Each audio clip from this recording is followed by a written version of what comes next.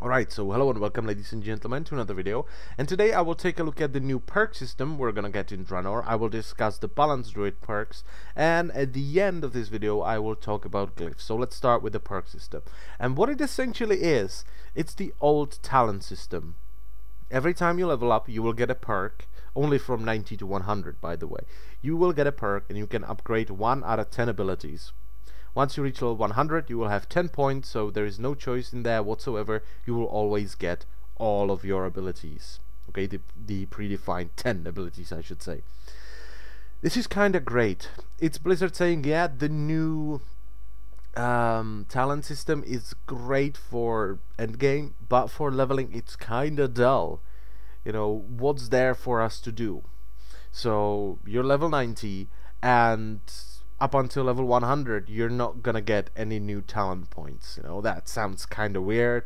Plus they are also pruning, you know, the ability pruning. So many abilities disappeared, so it would be kinda dull. You know, you're going from level 90 to 100 and you actually have less abilities than you had at level 90 and you're not really getting anything. So they came up with this perk system, and I think it will be a lot more exciting to level up, because right now when you level up it's not that exciting.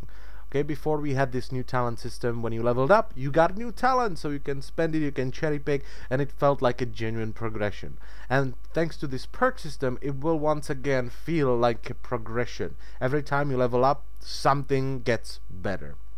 Okay, so in my opinion this is a great change, and it's also a good way to balance classes along the way.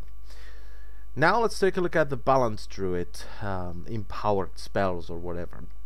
So first of all we have empowered Starfall. Your Starfall and Sunfall strike an additional target every 1 second. This makes Sunfall a lot more viable for AoE fights especially, and I'm kinda excited to see what will come out of it, because yesterday I released a video about a theory I have. Basically it's a synergy between Soul of the Forest, Dream of Scenarios and Sunfall. So this will be interesting to see, because you can do some serious damage with it. I will put the link to that video in the description so you can check it out if you're interested. Then we have Enhanced Frenzy, and this one is very interesting. Okay, triggering Owlkin Frenzy also makes your next damage or healing spell cast within 10 seconds instant. Now, Enhanced Frenzy, Owlkin Frenzy, what is it?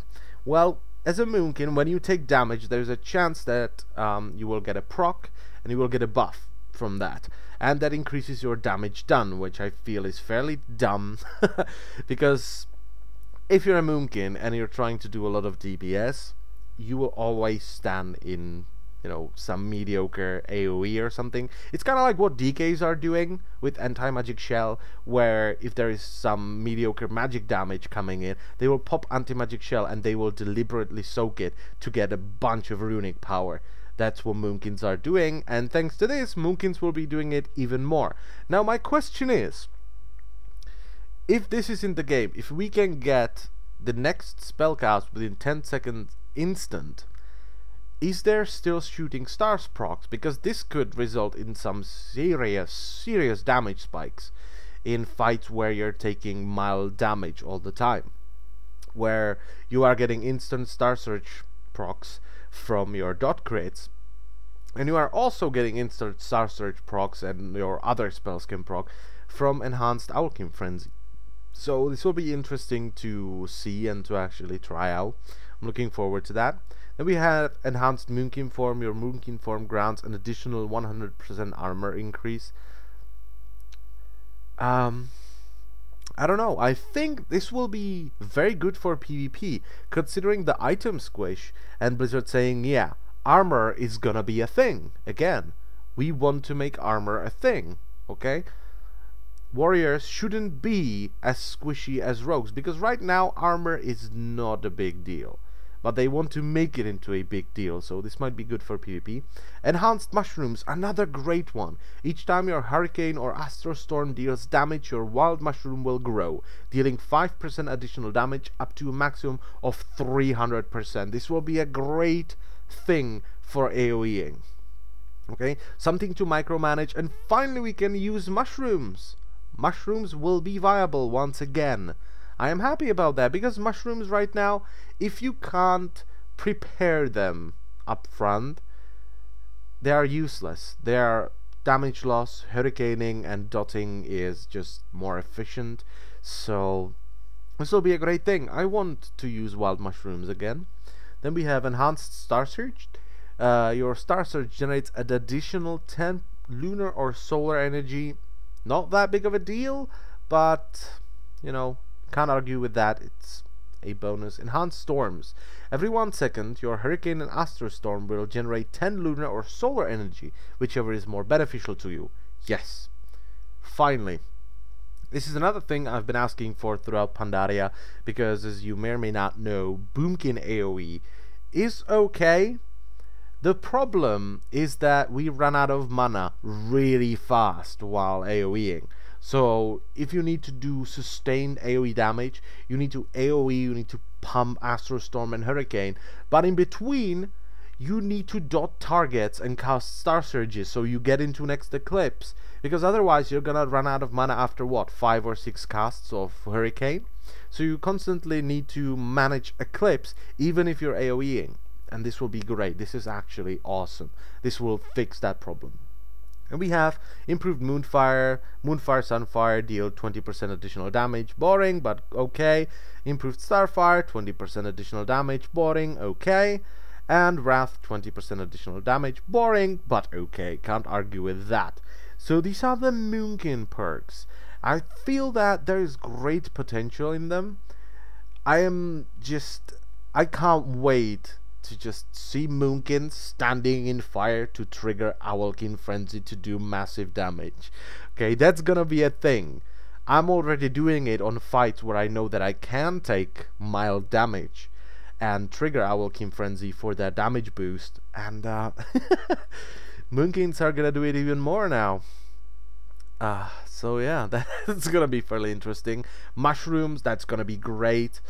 And in combination with enhanced storms, you can basically start off in let's just say solar, then your storms, your Hurricane and Astro Storm will move you back and forth into solar eclipse, and your mushrooms will be buffed. You can detonate them and do massive damage. And this is great because it once again raises the skill ceiling, because good Moonkins will know that okay, my mushrooms will be at 300% after so many casts. So if I start AoEing at this point, where I'm at this part of the eclipse, I will get into solar eclipse as soon as my mushrooms hit 300% and I can do massive AoE damage. This is absolutely great.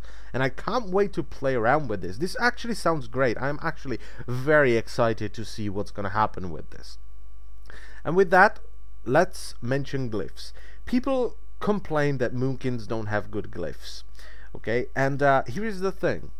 If you look at all the classes in Pandaria right now, classes with good glyphs are classes that need them, okay, and classes with shitty glyphs don't need them.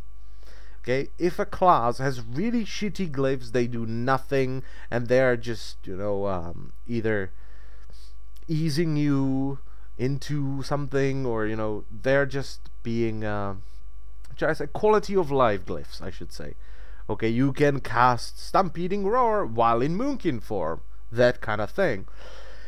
Those classes, Blizzard is okay with them. Okay, when you have shitty glyphs, it means that Blizzard is okay with the way your class works. If you look at Moonkins, prime example, you know, the one problem was that on the move, if you're not a PvP player, it was really hard to move an Eclipse.